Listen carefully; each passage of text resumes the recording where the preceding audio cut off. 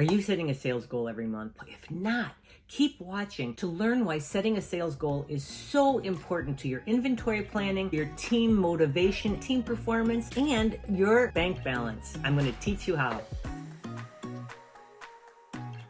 Hi there, I'm Cathy Donovan Wagner, founder of Retail Mavens and mother of America's Most Fun Family. I help store owners grow their sales sustainably so that they can pay themselves and pay their team more. Hit subscribe below to keep getting tips and tricks for retail that works. Do you set a sales goal every month which feeds into your overall sales goal for the year? Do you look at that? If your answer is sometimes, you're certainly not alone, that's for sure. It's an important step that a lot of retailers miss or even skip for one of these reasons I've found. They get too busy. Hello, I'm not the only person for sure. They think that creating a sales plan or a sales goal is guesswork and it doesn't really matter if they do it or not. It's just better for them to take the sales as they come in. Or they've set a goal in the past and they didn't reach it. And it's hard to get your hopes up only to get them dashed. And so now it feels depressing to set a goal. And what's the point anyway? I've gone through all three of those stages before. I completely understand.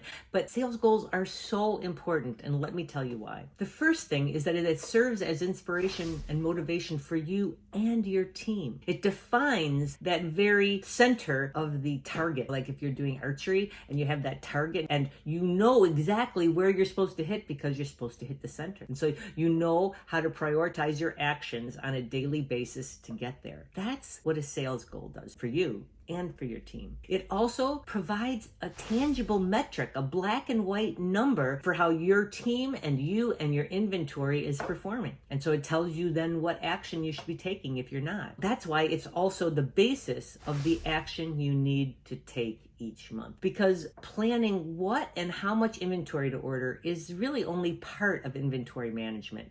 You also need a plan for selling that inventory, right? For sure, your sales goal has to be realistic and accurate and based on several factors with only a tiny little bit of guessing added in, because sometimes our crystal ball does get a little fuzzy. So how do you set a sales goal? Well, first, start by looking at last year's numbers. For most months, you can use last year's sales as a starting point. There's a couple of exceptions though, because I'm always going to give you the details and the science about how to make this work for you. So the one detail is March and April. Those two numbers, we often end up looking at them as a whole from comparing it from year to year, because the sales shift based on which month Easter falls in, and the sales of that holiday season can impact the months differently. The other thing, speaking of holiday seasons, you should always look at last October, November, and December to see how they relate to each other. Often you can see a pattern with those sales for these 3 months, what the increase is for every month. And you can use that pattern to predict this year's holiday season. Next, you want to keep your annual goal in mind. And you want to pay attention to how your sales have been trending so far. Are you ahead? Are you behind? What else is possible this year? And then look ahead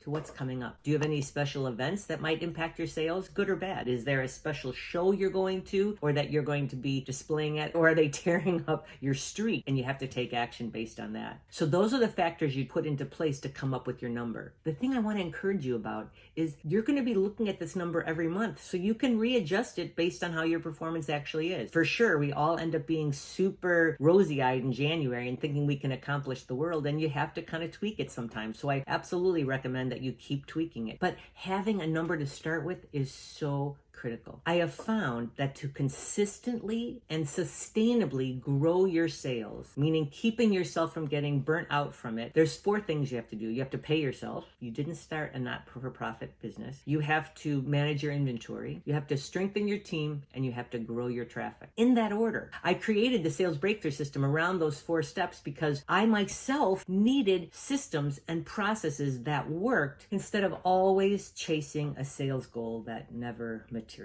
And so I break down each of these steps further with the action steps that you can take right now in this free training. Take a look at it. I want you to sign up for it now. And let's hit that sales goal. It's going to help you do that. The fact is that most store owners start with step 4, which is grow your traffic. I know I did. I kept thinking all I need is more people to come through that door, come to my website, and I'll for sure have more sales. But what I learned the hard way is that if you drive more traffic and don't have profit margins that are good enough, or you don't have the right inventory, or your team can't support your customers, then sales just won't grow. So go watch that training now to learn more about how using that sales breakthrough system in your store can help you learn how to increase your sales so you can pay yourself more and your staff. There's so many components to consider when setting an accurate sales goal. And this is something that at Retail Mavens we've perfected with accuracy using Management One's Retail Orbit platform. We provide this service to all of our private clients in our Profit Club and our Mastermind programs every month. And if you're interested in getting more, if you're tired of trying to guess on this on your own